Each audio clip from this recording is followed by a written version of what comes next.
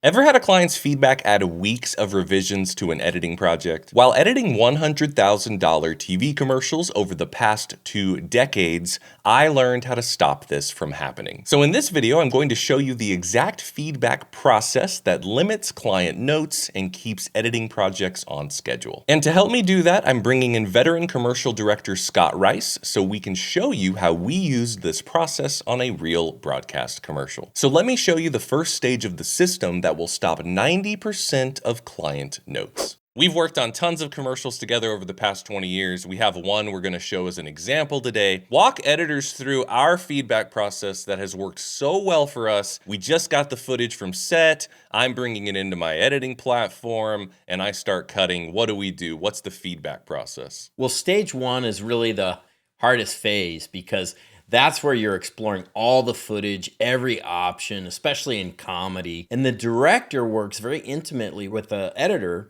to see a bunch of different versions because you just got to kind of try everything. And we like to give ourselves a lot of time, as much time possible in the schedule that the agency will allow us to do our internal versioning so we can really find what we think is awesome. So earlier on in our collaboration and earlier on in my career, I would show stuff to the client too early and it didn't quite work. If they see something that's not quite working, that often causes them to get spooked or scared that the concept's not working. And what that leads to, in my experience, are a lot of notes and a lot of prescriptive notes that stunt the creative process. And then they're scared throughout the entire process because it's that first impression. Not only do we really explore and have a fully vetted cut before we show the client, but we often show them multiple versions. So talk about the psychology of that and how well that served us in our collaborations with clients. Yeah, well, there's 2 points. Like the first point is what we're saying to the client is that, hey, we don't think there's exactly one perfect version of this. We're saying, hey, we're open. It could be this, it could be that. There's more than one right answer. And then also psychologically on their end, they feel like they have choices. For those of you who don't have this director-editor collaboration and you're an editor working directly for a client, I recommend the same process.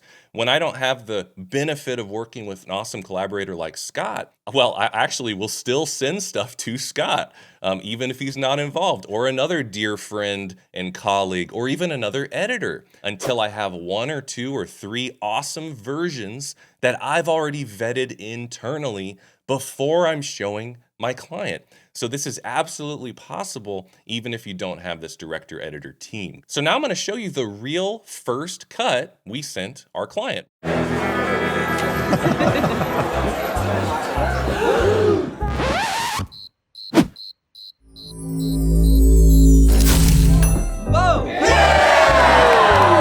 Make every beer a Lone Star.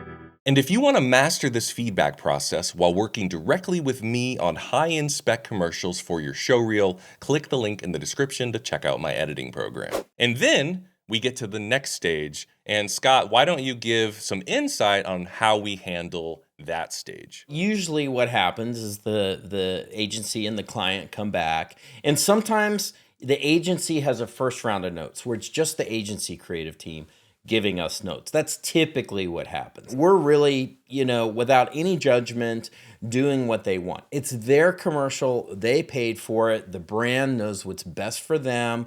They know the messaging. So we do their notes exactly as they give them to us. We have no consternation about it. And now we'll show you where we landed at the end of stage 2 with all the client notes. And this was the approved version that went to broadcast.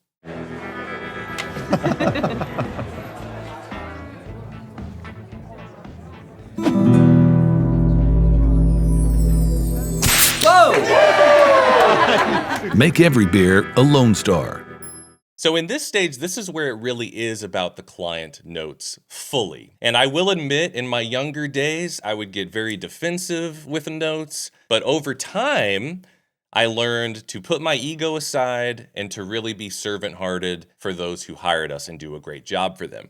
But I will say the reason that's easy for me to do now is because of the next stage, where Scott, we get to delete the client notes, we get to ignore feedback. So stage 3 is when we work on the director's cut. It can also be called an editor's cut. Explain the director's cut process, Scott, and how we work through that. Well, what I love about this process is we have the benefit of hindsight. We have the benefit of time as well. So usually you're working toward a deadline because the spot has to go to air and you just got to get it done. And it's kind of nice after it's done, you kind of take a breath and you go, hey, what worked and what didn't about the broadcast version?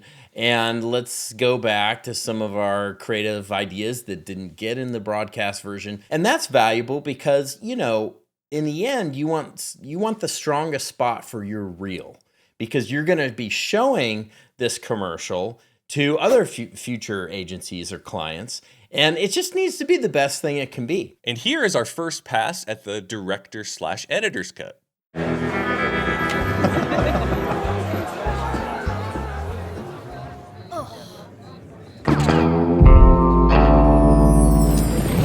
Whoa! Make every beer a Lone Star.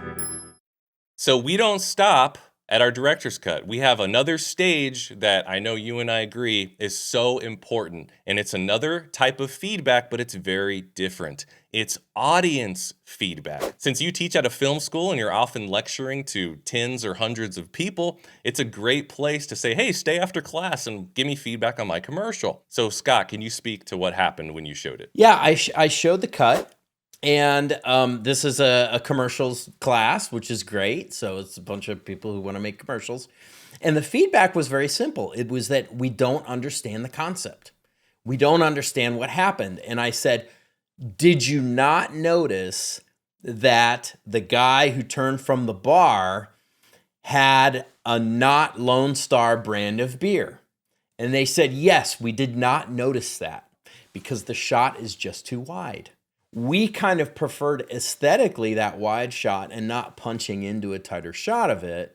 But sometimes you have to throw aesthetics out just to allow for clarity. Here is where we landed on our director's editor's cut after we got great audience feedback.